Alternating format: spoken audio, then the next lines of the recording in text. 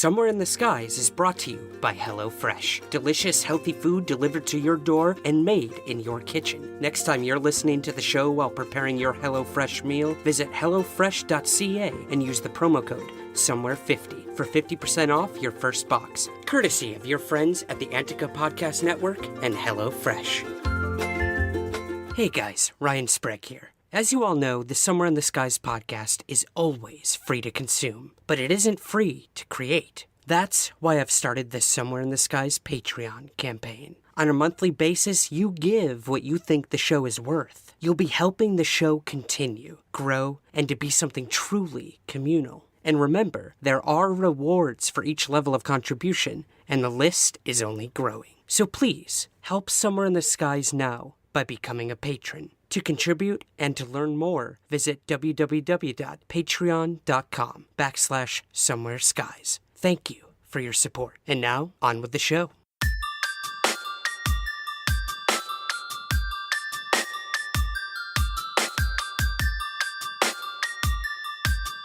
This is Somewhere in the Skies with Ryan Sprague.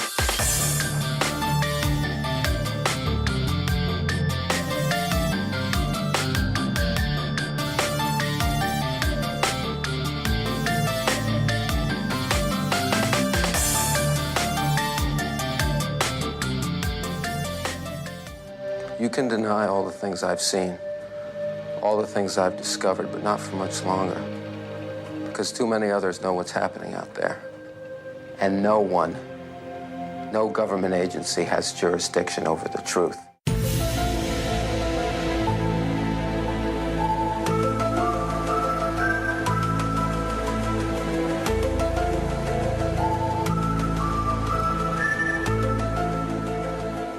If you don't recognize that music, I honestly don't know where you've been for the past decade and a half. Get ready, because this is going to be a very Mulder and Scully episode. You've been warned. It may come as no surprise to any of you out there that The X-Files is my lifeblood. I don't think a day goes by without me quoting Fox Mulder for no good reason, or even just putting an episode on in the background to get through the day. First world problems, I know. For the longest time, I watched the show as it aired every Friday night on Fox, but I had nobody to talk about it with. It was a secret ceremony I held every week as I'd follow these two FBI agents on their adventures in investigating UFOs, aliens, ghosts, monsters, and everything in between. It was my dreams and aspirations playing out on the small screen. I wanted to believe I was Fox Mulder, and to be honest, I've come further in making that dream come true than I ever thought I would. Granted, I don't work for the FBI, nor am I unraveling a grand conspiracy of men and aliens working together to both enslave and hybridize humanity. Or am I? I digress. The X-Files was most certainly my guilty pleasure. And this week, I was fortunate enough to sit down at the acclaimed Nerdist School right here in Los Angeles and speak with Amanda and Jackie, the hosts of the Guilty Pleasure podcast. You can find their show on all major podcast outlets and at nerdistschool.com. For the bulk of the conversation, we talked all about X-Files and my work in the field of ufology. I then turned the tables on them towards the end and get their thoughts on UFOs, the paranormal, and their favorite conspiracy theories. It was a lighthearted but heavy crossover episode where we all just may have changed one another's minds on these deeply complex phenomena. But either way, it was a fun navigation through one of the most successful television shows of all time, and proved once again that the truth has and always will remain out there. I hope you enjoy this episode with Amanda and Jackie of the Guilty Pleasure podcast. Trust no one. Well, except me. You can trust me. Enjoy the episode. So, Ryan, welcome to the podcast. Thank you. Thank you for having me. This is an honor. I've been in LA for a week, so to already be doing something like this, I feel like, oh, it's always going to be like this. I'm going to end up at the Nerdist School with really cool people who host an awesome podcast. I love that. Yeah, well, it's a good... We're the welcoming committee. We are, especially from the New York side. We're like, oh, you're a New Yorker moving to LA for the first time? Come be on our podcast. And also calm down. Yeah, calm down. God, you were way too excited. Yeah. Ugh, take it down to a 6. Oh, before we do that, I did want to give you guys these. Oh my God, gifts! Gifts? Do we get gifts? I gave you gifts. Yes. Guys, it's a book. You can't see it, but we'll definitely post it. It's called Somewhere in the Sky. A Human Approach to an Alien Phenomenon by Ryan Sprague. Sprague. That's Yep, how you yep, pronounce you it? got it. Nice. Sprague. Sprague. Prague with an S. Is whatever. this is a book? Yeah. And stickers. Oh my gosh. I put sentences together, and someone was dumb enough to make it into a book. Thank you. You rope-a-doped them real well. Absolutely. Thank you so much for this. Look at your My badass pleasure. picture in the back. You look so yeah. legit. Yeah, right. Look Okay, at that. That was a good hair day. And there's like several people who made several comments about it in the back. did, I love that. I cannot wait to read this. Thank is you so so much. cool. I had no idea that I think you were the first published author on the podcast. wow. Well, I only thought it was appropriate for what we'll be talking about It today. is very appropriate. Speaking of which, What is your guilty pleasure? My guilty pleasure is The X-Files. do do do do do do do do do do do do. I'm glad you guys did that. Whenever I talk on, I've done, news stations and broadcasts and stuff, and every time I come on to talk about UFOs seriously, they put the X-Files music behind it. Well, there you So go. We're not I've grown that very cool to accustomed have to it, that, but yeah, It's your intro us. music, basically, right? Every time you enter a room, you ask that someone play it on their phone. Yeah. Hey It's become Ryan, such a staple. Ryan, can you get me a glass of water? As he's walking in with the water. Beep, boo, boo, boo. Do, do, do, do. Anyway, so how did you get into? I mean, here's the thing: is that I've known Ryan for a while, and we worked together in New York, and now you're here, et cetera, and you've from since I've known you, which is a while now. Yeah, it's you've been a while. always been interested in UFOs, extraterrestrial, aliens, that sort of a thing. How were you introduced to the X-Files? And was that something that sparked it, or has this always been like a lifelong passion? It's kind of been a lifelong passion. The X-Files came into my life at a very interesting time. I had my own personal UFO sighting. Actually. What? 6 months before I saw the first episode of the X-Files. Oh shit! So I'm dating myself now. I was 12, I want to say, in upstate New York. And I was fishing off a dock with my parents. And it was nighttime, and I saw these 3 white lights reflecting off of the water first. So naturally, I look up and I see the 3 white lights. I couldn't see any sort of structure or machine, if you will, but I couldn't see the stars behind what I was seeing. And it was just kind of floating over the water, silent, completely silent. I could just hear the water hitting the dock. So I start yelling for my dad, who's inside our hotel, to come out. And as he's coming out, the thing starts floating over the water towards Canada, the border of Canada. And my father did see the tail end of what I saw. Oh, wow. And he told me, it was just a plane. It was just a plane, Ryan, calm down. But even at 12, I knew that whatever it was not any sort of plane I'd seen or heard before. I'm not saying it was alien, but it was alien.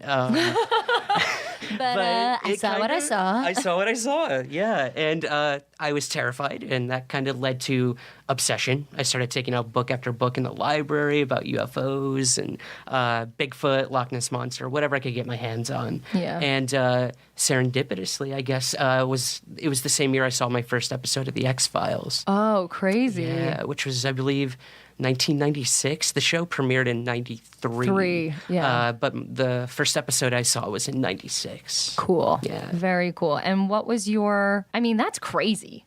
Not that you are crazy, but that's like a nutso experience. That would blow my freaking mind. That would be crazy. That's awesome. I also think it's really cool, though, that you got your dad to see it and then effectively no, I wasn't having a weird little kid hallucination. Right. There was something there. And I love how quick your dad, I think that's just the dichotomy between parents and kids, where your dad's just very quick to be like, it's a plane. And you're like, That's not a plane. I've seen planes in my 12 years on this earth, and that was no plane. That Let me was tell you, this not long it. 12 years, I knew a lot about aviation. Also, Yeah, right? well, planes make a very distinct sound. I grew up right by LaGuardia Airport, and so, like, I know what a plane, like, sounds and looks like because they were always flying over my backyard. And if this was super silent, that sounds very much not like a plane. Completely silent. Yeah, I didn't hear a thing. Like I said, it was just the water, like, hitting the dock. That was it. And Did you catch any fish? that night I was unsuccessful. Oh, okay. Yeah. So gotta ask the hard questions here. Yeah. You know? Yeah.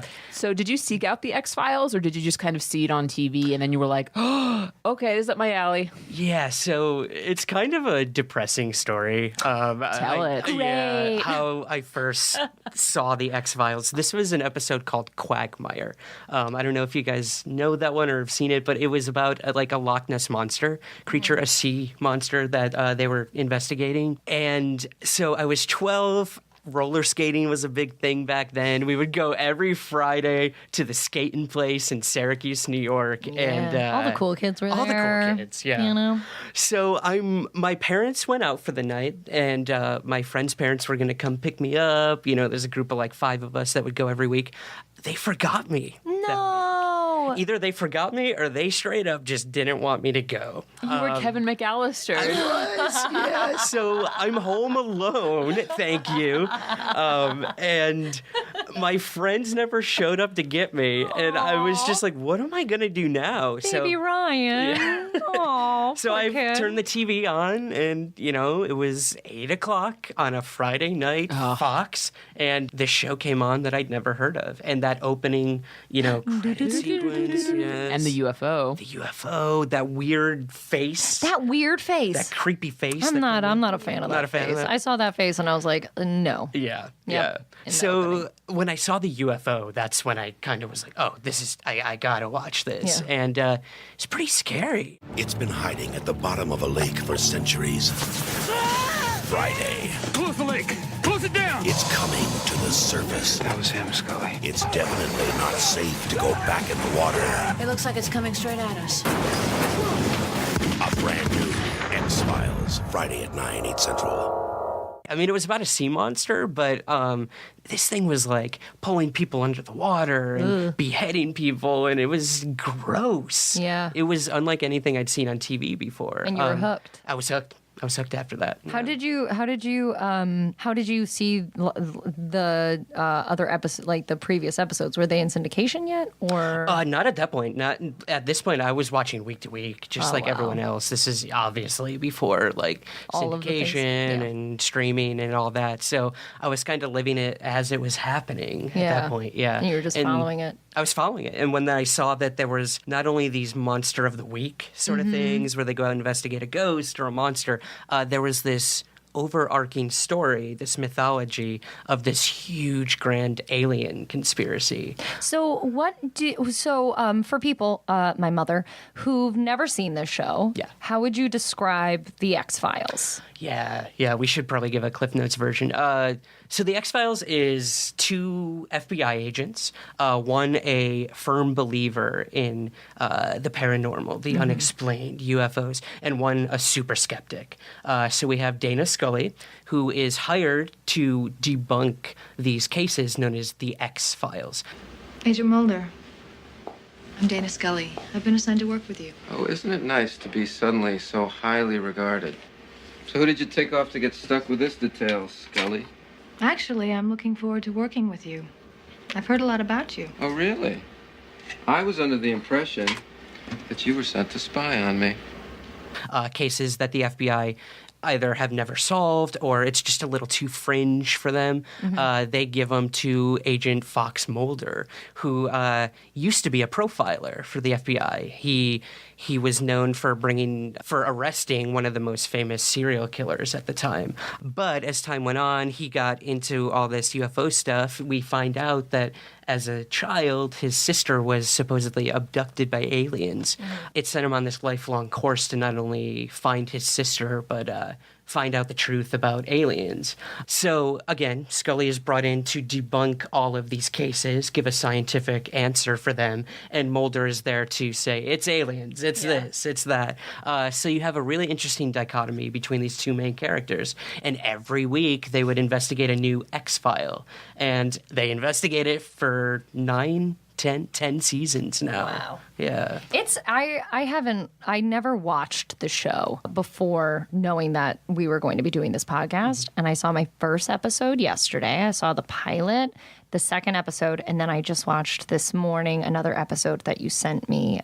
I forget what the title is. I can find it, or I can describe it to you. You'll know what it is. But that pilot episode, It's great. Holy crudola. Yeah. Very It 90s, right? Well, first of all, it's very 90s because it was the 90s. I know Scully's fashion choices are quite epic. Gorgeous woman, but those Gorgeous. shoulder pads, man. Oh, man. I'm surprised you could clear most doorways with those shoulder I pads. was like, actually, my boyfriend Max was watching it with me a little bit while he was like playing on his phone. And I was like, who wears that anymore to their job? Like, especially if you're like going in. I guess she had like a skirt on with heels and stuff. I'm like, you're in the field. Yeah, what are you Get on doing? some comfortable shoes. You're gonna have to chase an alien. Well, maybe she was like, my librarian chic will like maybe keep me undercover. Yeah, right. Right. those, I like- think it's the second episode where you see her running like full Yeah. speed in heels. In heels. So I mean, apparently she Badass can bitch. do it. But She can. She knows what's up. I do love that pilot, though. I actually watched The X-Files for the first time a couple of months ago when it was on Netflix. And I stayed very, very far away from it as a child because I'm a little scaredy cat. And I thought that it was very scary. And then someone was like, it is a little scary, but it's not like as terrifying as I thought it was. But overall, I was very impressed by like the setup and the writing. I thought it was a really unique idea. I love like these types of supernatural shows, like Supernatural.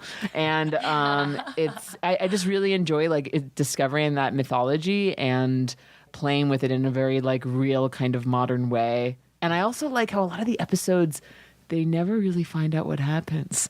right. Because we get as the there. viewers are granted this extra view into what's actually happening, but they can never truly explain it.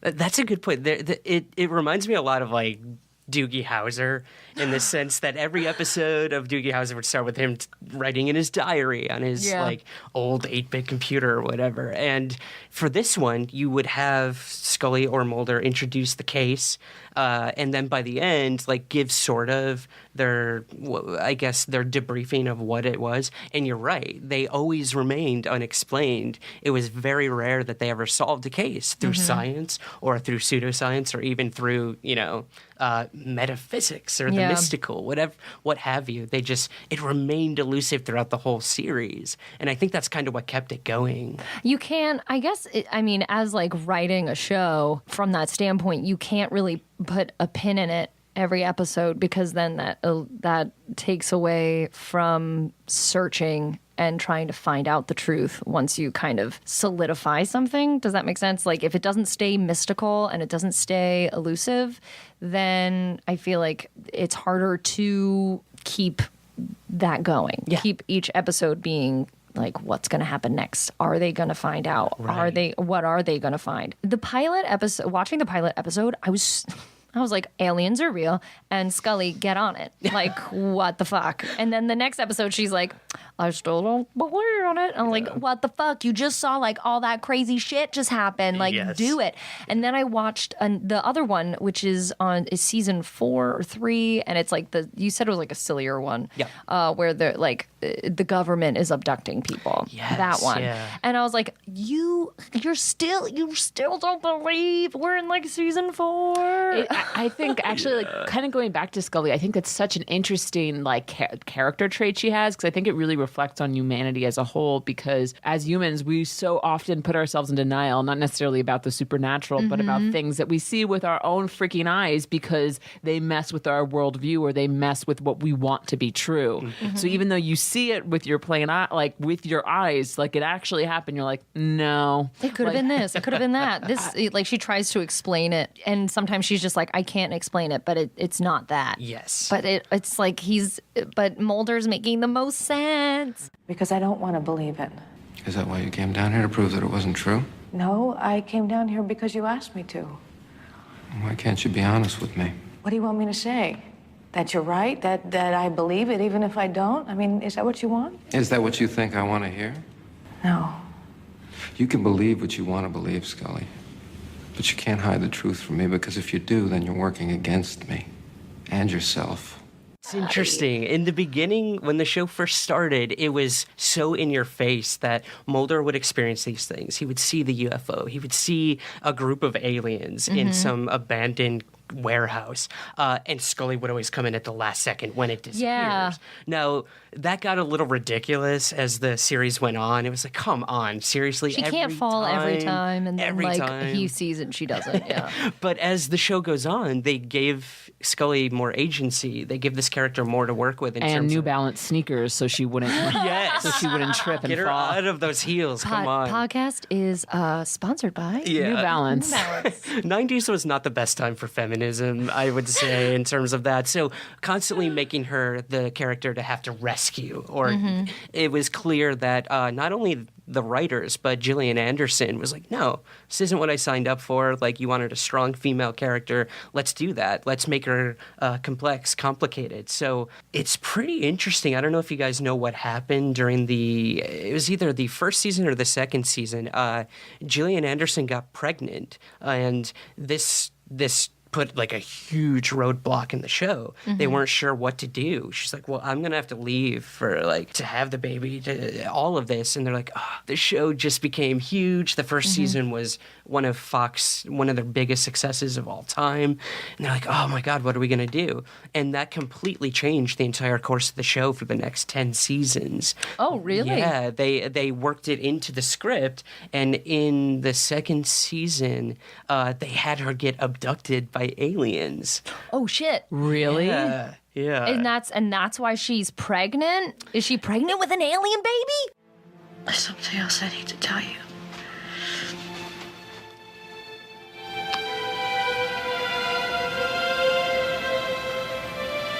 Something that I need for you to keep to yourself. I'm having a hard time explaining it or believing it. And,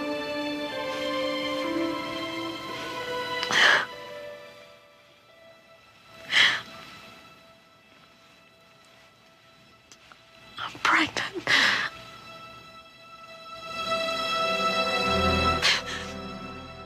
You hit the nail on the head. Oh my God! At least that's what the show was alluding to, and you sort of start to learn more as the series goes What on. happens to the baby?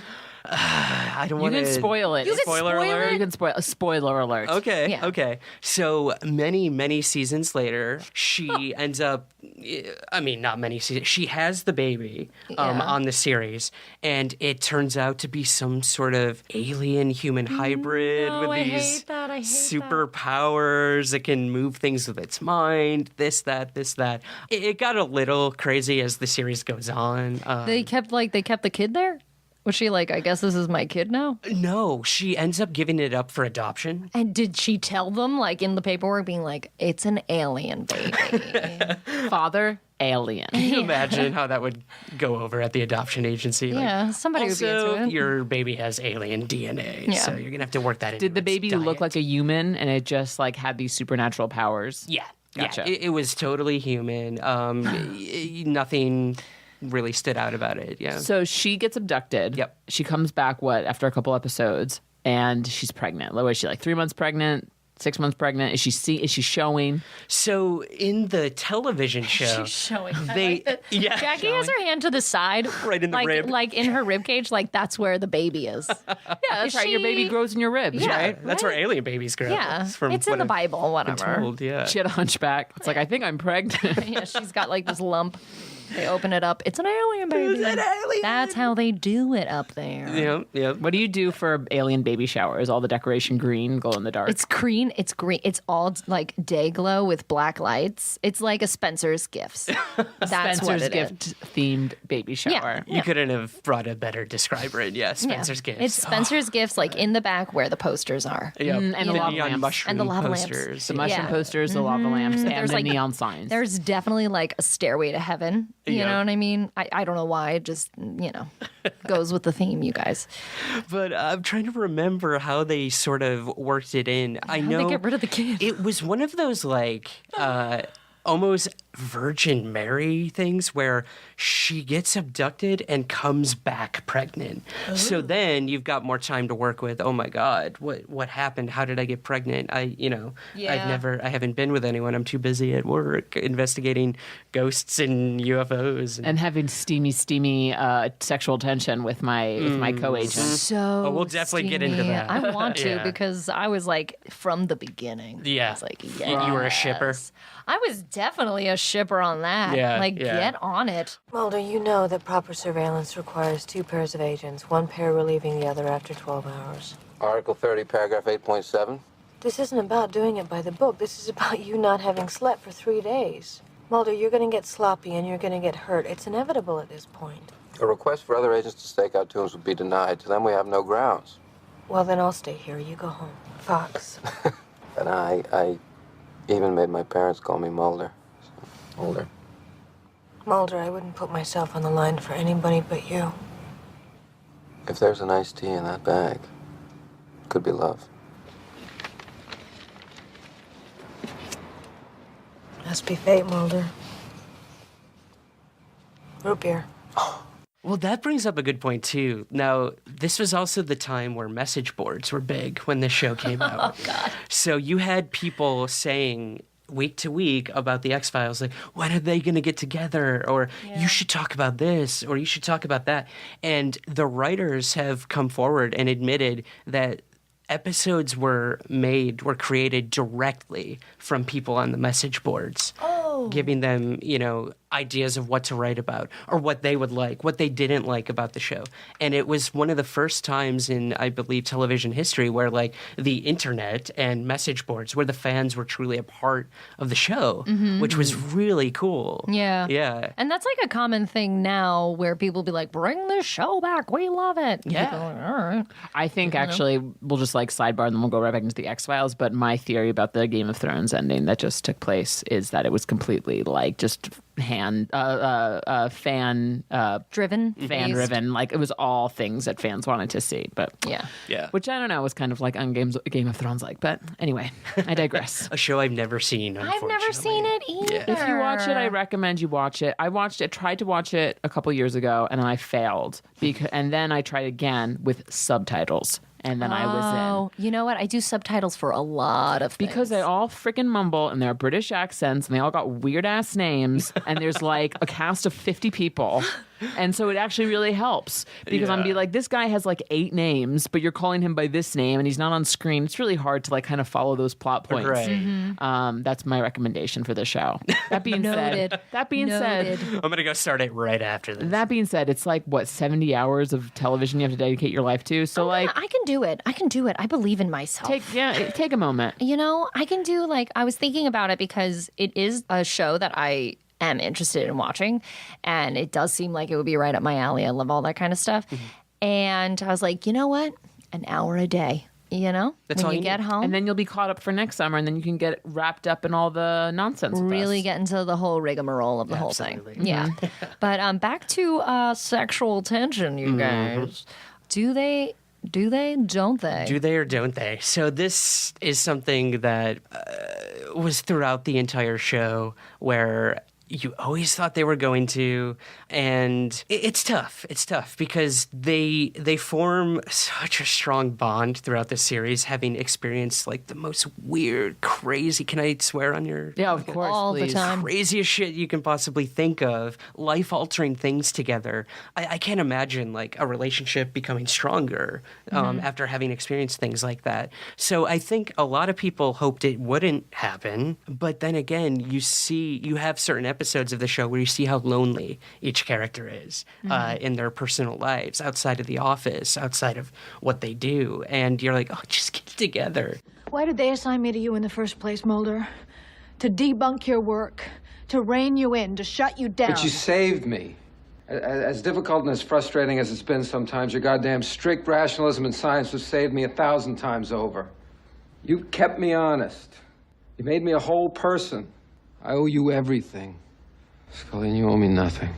Just get together. You're already like in motels in the sticks of America. Right. Like, just get on it. Yeah. You know what I mean? And I mean, it was the first episode where Scully comes in and she's got like these weird that was horrifying. Oh my God. I was like, yeah. Here it is. Oh my God. Already. It's their first case together. Yeah. And they, she trusts her partner enough to be like, okay, I'm just going to lift my shirt up and show you She this. came in like she had the robe on. She was in her underwear. And I was just like, good for you. This is going to happen. Yeah. And then he just like, but in the candlelight. I was like, yep, of course, when the lights are out. But they don't. They don't get together. They don't. And as I understand, they don't get together throughout the entire show. Unless It never happens. It never does. Well, so I'm sure you guys know the 9 seasons were kind of like the X-Files, the official X-Files, with 2 movies interspersed between.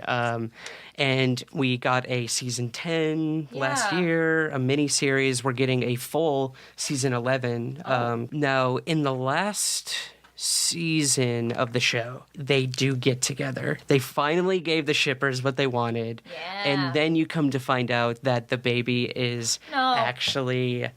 Mulder was abducted at one point in the series. Scully was abducted. This baby is theirs. No, come on. And it kind of just, the original series ends that way with them on the run from the government. They've exposed this huge conspiracy that the aliens are working with, this shadowy government. I could definitely go into more specifics if you need me to. And the series ends with them just in bed holding each other. It's extremely touching, heartwarming.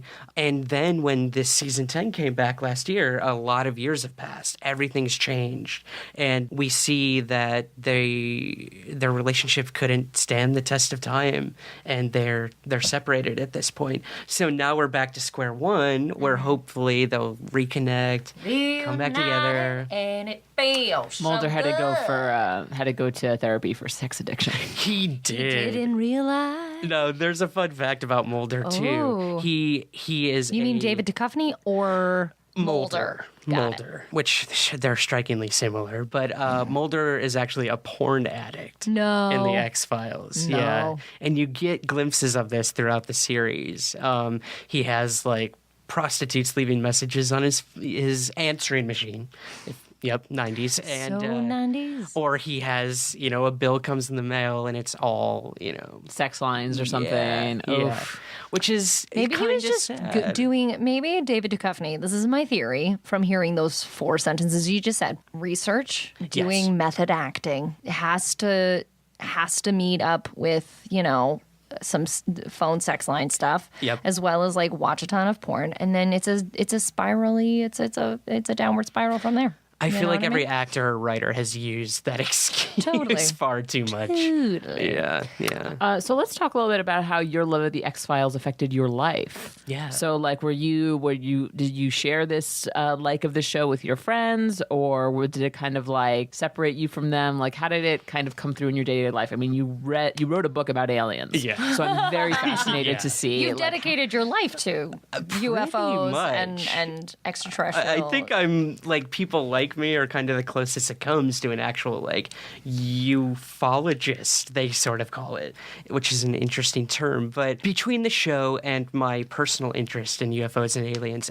no, I did not share it with many people for most of my life. As an adolescent, school took over, sports, girls, everything, that a young person experiences. And this weird fringe topic was always kind of in the background. I would research it without anyone knowing. I would watch the X-Files and not have anyone to talk about it with unless I like snuck down onto America Online and got on the message boards. X-Files fan, 1996. Yeah. Oh my God! Please, what was your screen name? Okay, is that it? A screen name? Are you ready for this one? I'm so ready. So this is what I wanted on my license plate. If I ever get a car again, it was the letter I, M for UFOs. Nice. Yeah. Yeah, you're pro UFO? I'm still Nice. waiting. I'm still waiting for that day to happen. And I know someone probably has it already. Nah, you'll but- be able to get a vanity plate, I'm sure. Hopefully. So it was it was like it was a real guilty It was pleasure. a You guilty didn't really pleasure. talk about it. Did you feel like if you talked about it, you'd be looked at differently? There's a big ridicule factor when it comes to this. You look at anyone who reports an actual UFO sighting or the way the news media handles it, and it's always with a smirk or a side-eyed glance, or they put the X-Files music behind it. And that bothered me. You know, as a kid, you're very persuaded. You didn't want to be different. You wanted to fit in. So that ridicule factor did affect me. I didn't talk about it with anybody for a really long time. I would say not until college or so, when I sort of grew into myself and became comfortable, is when I started shouting it from the rooftops and being like, hey, UFOs are pretty cool.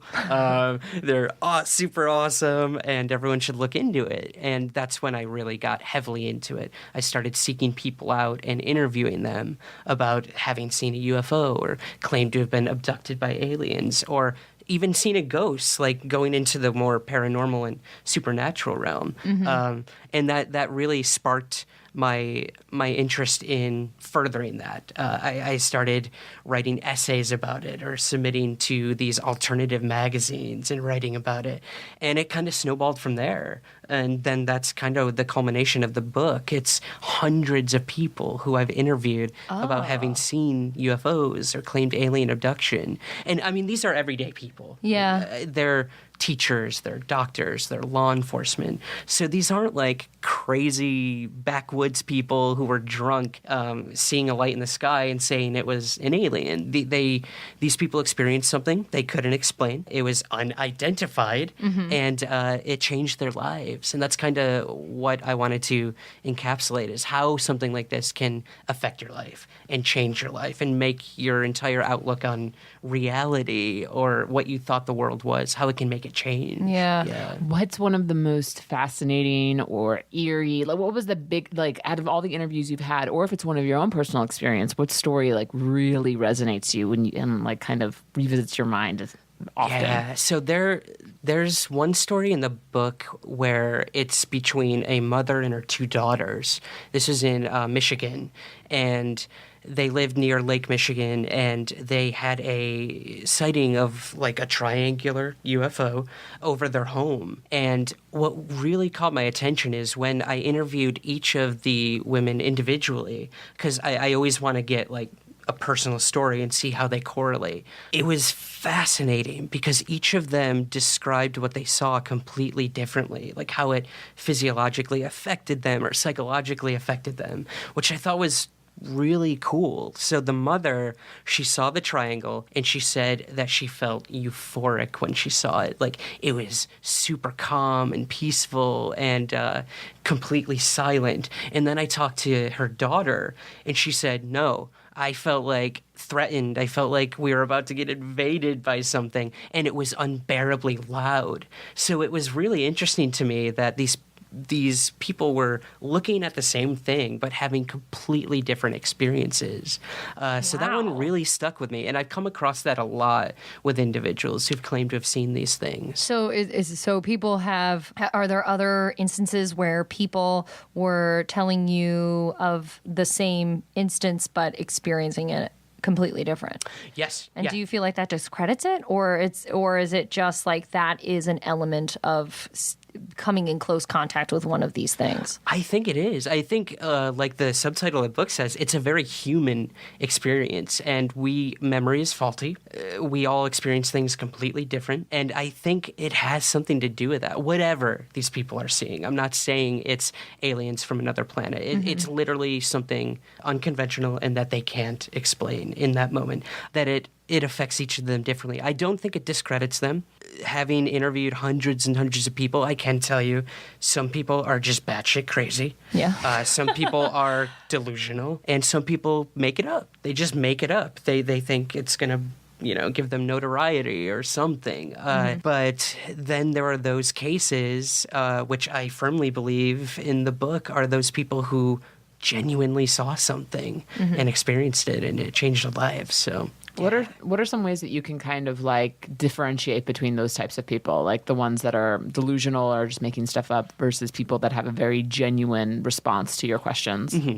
I think a lot of it has to do with following up with people. Like, someone can tell you a story and you never talk to them again. So what do I have to go on with that? So with a lot of these people, I will go back time and time again and try to trip them up. Try to, say, oh, so it happened in October, but it actually happened in August.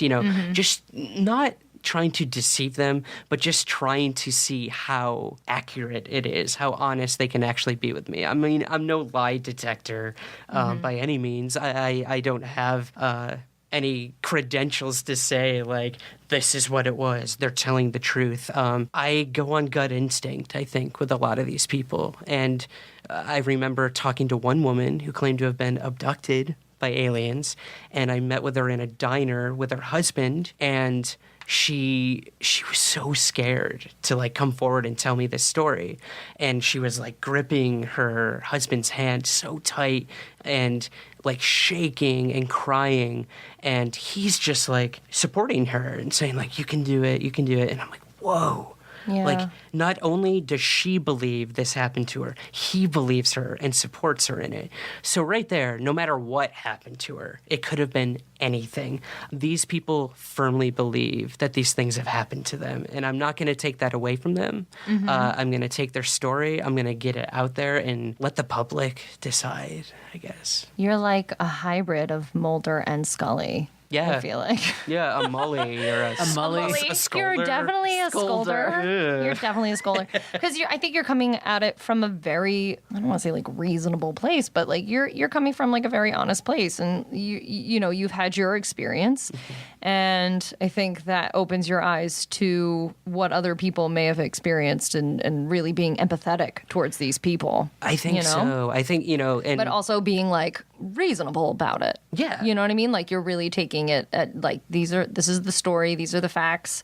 Who's to say what it was? Not everybody was there, but this is, I'm listening to this story and I'm seeing someone be truly honest with me, or, seems to be. Well, a lot like Scully, I think it's, if I'm going to say that, if I'm going to write a book about UFOs or even like talk to these people about it, I think you have sort of a responsibility to bring only the most credible things forward and not try to enable these people who might be delusional or whatnot. Yeah. So I think you have, your job isn't to prove that it was aliens. Your job is to prove that it was anything but aliens. So then when that's the only answer left, that's when you really have to look at it and be like, what is going on? Yeah. 99% of UFO sightings can be explained firmly, like in some prosaic, conventional way. But there's always that 1%, and that's kind of what I'm looking at, and other people who are interested are looking at, that 1% of these things that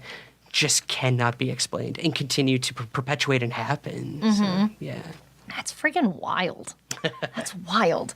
What do you think about the future of X-Files? I feel like there's movies and there's other seasons coming out. Where do you think that the, franchise is going?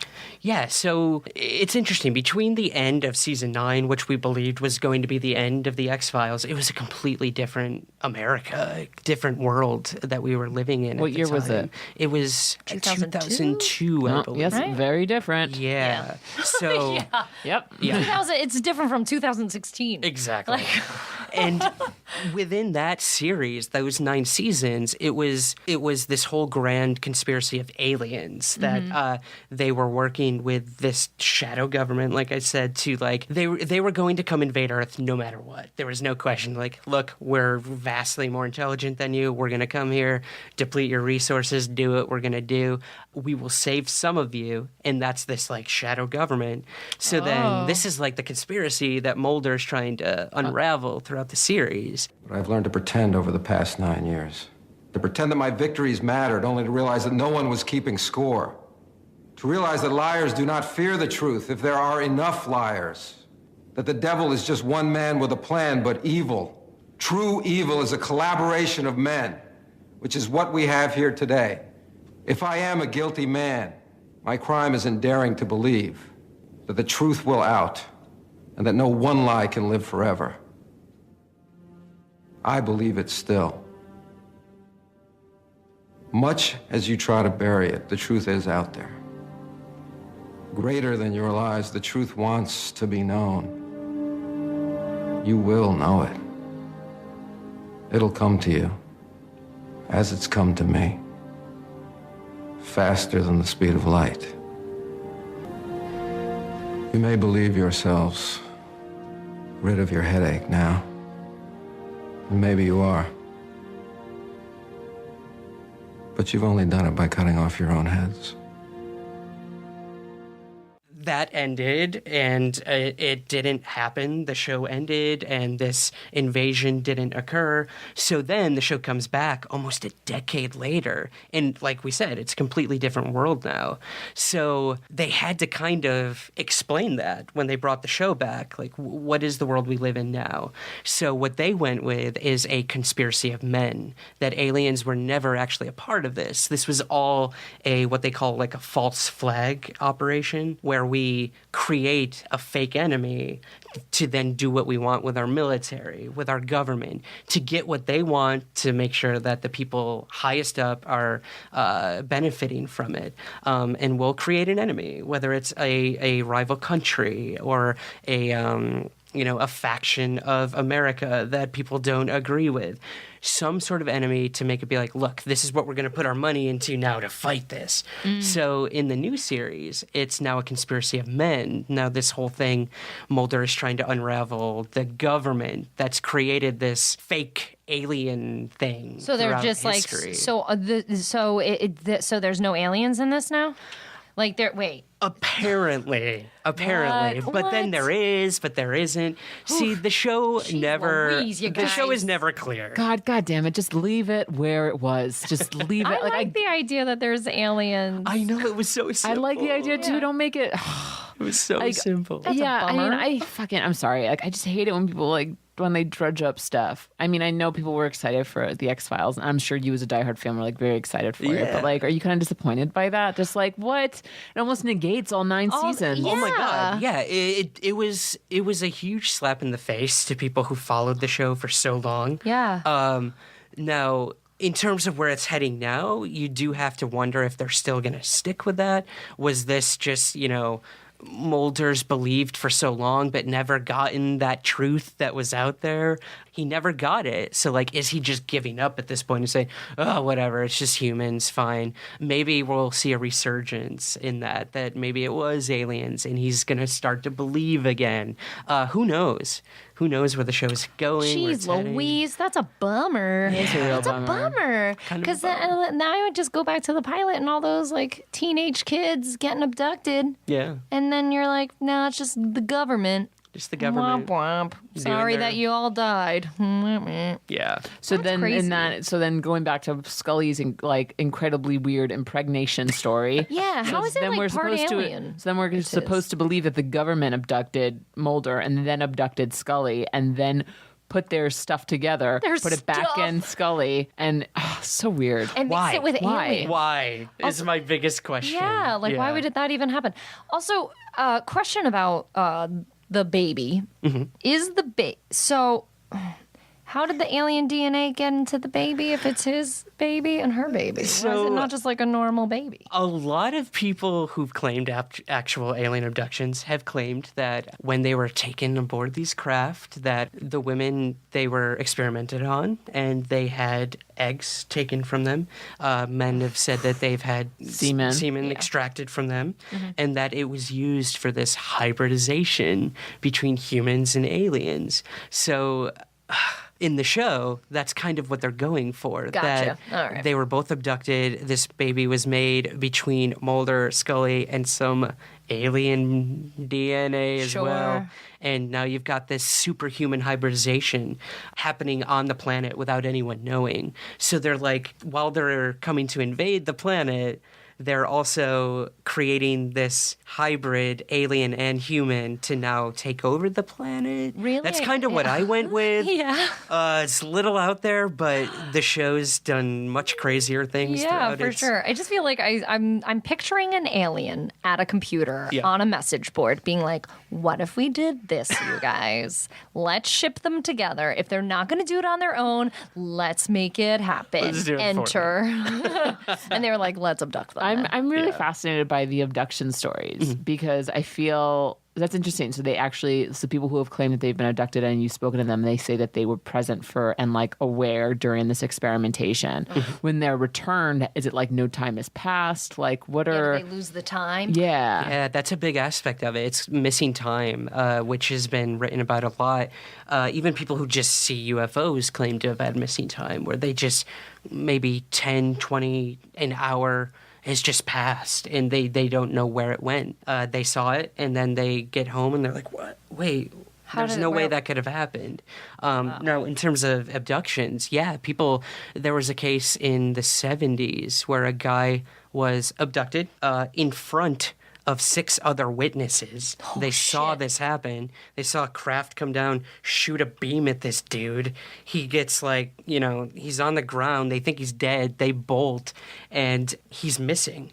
So everyone in this town assumed that these guys murdered this guy, and they're covering it up with this stupid alien story. They take lie detector tests, claiming that what they saw is what happened. They all passed. With flying colors, and then the dude shows up. He shows up like on the side of a road, and he has the same exact story as them, but doesn't remember what happened after he got hit with that beam of light. He's then put under hypnotic regression, and this whole alien abduction thing starts to come forward. Oh, yeah. Jeez. Yeah. Dang. So we have about 10 minutes left, and I know that you wanted to do some questions for us, I believe, at the end of the day. Yes, So I want to give you your time. Yeah. I want to give you your time. Ooh, this has never happened on the Guilty Pleasure podcast. We're so excited. Awesome. So I as well have a podcast called Somewhere in the Skies, all about UFOs, aliens, where I bring on researchers who look into this stuff, scientists, academics, everyone you can think of, everyone in every walk of life, just to talk about it, what they think about it, what they believe. So I kind of wanted to turn the tables on you guys, do a little interview sesh if you wouldn't mind. Yeah, that's cool. So what do you guys, are you guys into this at all? When you knew that I was coming in to talk about not just X-Files, but the fact that I legitimately seriously study UFOs, I would be a little hesitant at first. I mean, we've known each other for a while, so I knew, that I'm not actually crazy. Yeah, well, you know. Yeah. But what are your thoughts on the whole UFO topic? You know what? Like, honestly, I'm thinking of this, and I was like very cognizant of any pre-biases that I had in my mind as you were talking. And I was just like as you're talking about like these eyewitness accounts, I'm probably like my immediate reaction is to go like, yeah, right. But at the same time, I've never really given it any thought other than like it's never really crossed my mind. Like I said, I love supernatural stuff. I've always been more inclined to listen to people's like creepy experiences, like ghost stories, paranormal stuff. I can kind of get a little bit more on board with. But to that effect, I really have no like discernible opinion, and I don't think you're crazy. I think you're I was like, legit. no. God. I was like, I don't think you're crazy. It's fascinating because I've never spoken with someone who's been so open about it. So, I mean, I have no opinion. I think that's my final answer. Cool. Hey, that's all I can ask. I love that. Yeah, I guess I'm on the same page as you are, Jackie, with I've always been intrigued by people's experiences, specifically with like alien, UFO, or like spiritual ghost situations.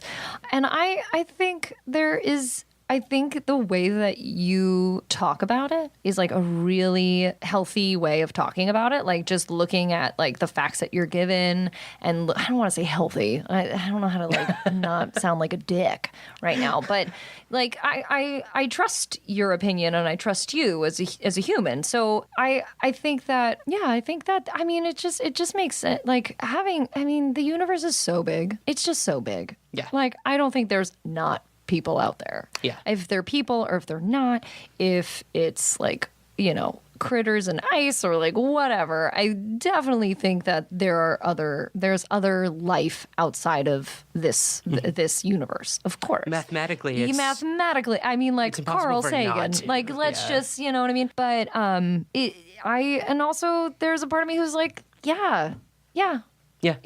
Like, why not? I'm kind of under the assumption when it comes to this stuff that prove to me it's not real. Like, I'm totally open to it. Yeah. Like, I've been studying it for half my life, and I can tell you right now, I'm still extremely skeptical that any of this has to do with aliens. Yeah. But prove to me that it's not aliens, and I'm totally fine with that. Same with ghosts, same with Loch Ness Monster. I definitely think there's some like funky like paranormal shit that like goes down in our day to day, and I think that like as humans who are so self-consumed with our own things, we probably don't notice it as much. And I think some people maybe are more attuned to that kind of paranormal than other people are. Yeah. But I mean, when you think about it, like it's so interesting when people have like these biases about certain beliefs that aren't necessarily rooted in fact. But like I was raised Catholic, and I'm like, I was taught for like quite a few years that someone rose from the dead. So yeah, and like saved your soul. Yeah. And died for my sins, although I wasn't even I was a blip. Thousands of years in the future. Yeah, right. And then came back, was like, I know you guys killed me, but I think let's give this a second shot. Yeah, and let's give this a second go. It's like breaking up with it's like you just broke up with an abusive spouse, and then 3 days later was like, one more chance. I'll give you 40 more days. I'll give you got 40 days. And then his dad That's came it. and was like, we're packing up your shit and I'm taking you back home. Yeah. You fucked this up now. Well, I guess my second question for you guys would be then, the X-Files deals a lot with conspiracy. Are there any conspiracies that you guys really buy into? You're like, oh, totally. Like that's absolutely happening. I'm a 9/11 truther. No, Okay. I'm not. I'm not. No. Conspiracy theories. You know what? I'll say this very confidently. I've gotten a lot more involved in government in the last year for obvious reasons. If I think that the people who are in charge of my life and my country are secretly doing some shady ass shit, and they are doing shady shit. I know there's people there doing shady shit. Yeah. But if I think that there's like these grand conspiracy theories, like I don't think I could, I can't deal with it. Like that would just emotionally I can't handle it. You know what I mean? Why? Yeah. I think people that are really involved in conspiracy theories, and if someone out there listening is, let us know about it. Like I'd love to hear it, but like, that's you. That's fine. I personally cannot take that on. I cannot take this on. Like, yeah. There's like all sorts of theories. I feel like I like JFK. Mm-hmm. Like that to me, I'm like, there is some crazy there. That's not it. Yeah. Like that wasn't it. Like that's something, there's something else. And it, for whatever reason, I think it was my mother who was like, she said this once. I was like, oh, girl, get it. She was like, I don't think Marilyn Monroe had a drug overdose or anything like that. She's like, I think she knew too much and they killed her. And I was like, ooh. That's interesting. She was like, I think that she knew too much. And they. Well, she was one of the proponents to get the truth about UFOs out to the public, and was trying to get JFK to do this when he was in office to bring the truth forward about whatever we knew. At that time, the government was officially investigating UFOs. It was called Project Blue Book.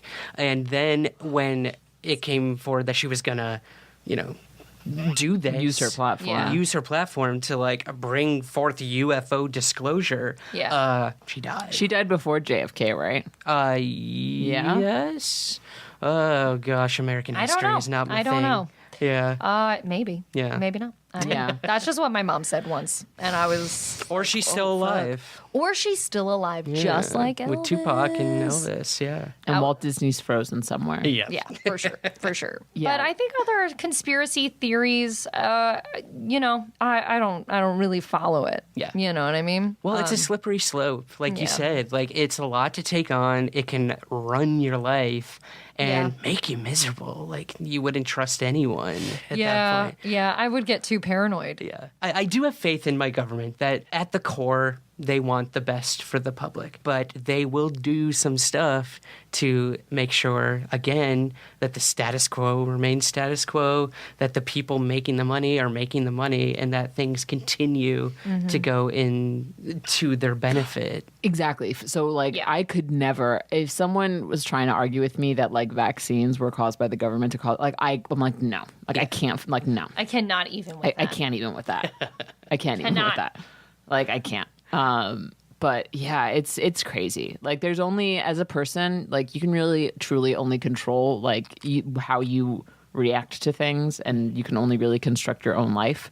So to think about things that are completely out of your control are very is maybe not the best use of your time. Yeah, and I think that's the biggest fear with a lot of people who don't believe in aliens or UFOs. It's completely out of their control.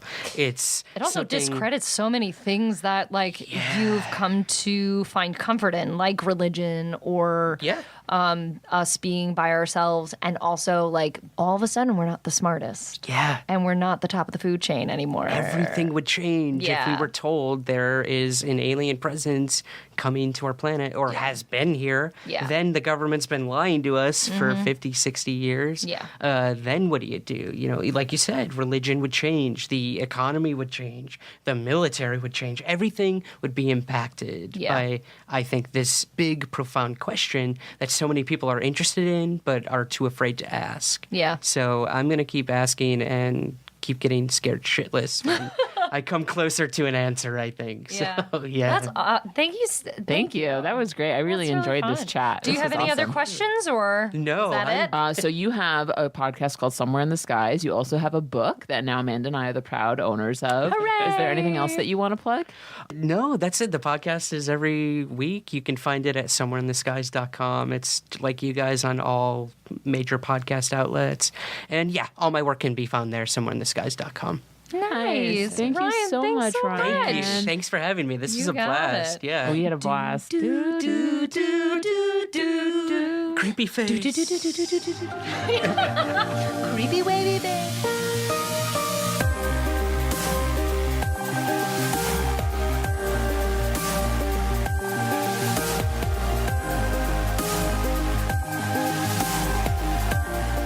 Somewhere in the Skies is produced by Third Kind Productions in association with Antica Productions and the Antica Podcast Network.